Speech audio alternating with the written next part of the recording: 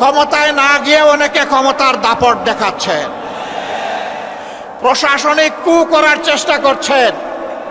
আগামী নির্বাচনে চলে বলে কৌশলে কেউ কেউ আমরা শুনতে পাই বিভিন্ন জায়গায় বসে ষড়যন্ত্রের জাল বুনছেন। জনগণ ভোট দেওক না দেওক, ক্ষমতায় আমাদেরকে যেতে হবে। বন্ধুগণ, বেলা শেষ, দিনও শেষ, ওই সূর্য ডুবে গেছে। এ বাংলাদেশে এটা আর হবে না। এটা আমরা হতে দেব না ইনশাআল্লাহ।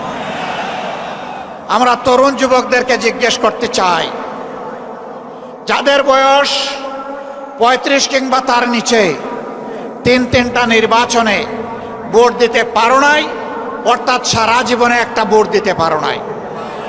আগামীতে তোমাদের ভোট নিয়ে কেউ ছিনিমিনি খেলুক, কেউ চুরি করুক, কেউ তোমাদের ভোট হাইজ্যাক করুক, তোমরা কি তা বরদাস্ত করবে? আমরা তোমাদেরকে কথা দিচ্ছি, তোমাদের ভোটের পাহারাদারি করার জন্য আমরাও যুবক হয়ে সেদিন তোমাদের সাথে একইভাবে লড়বো ইনশাআল্লাহ।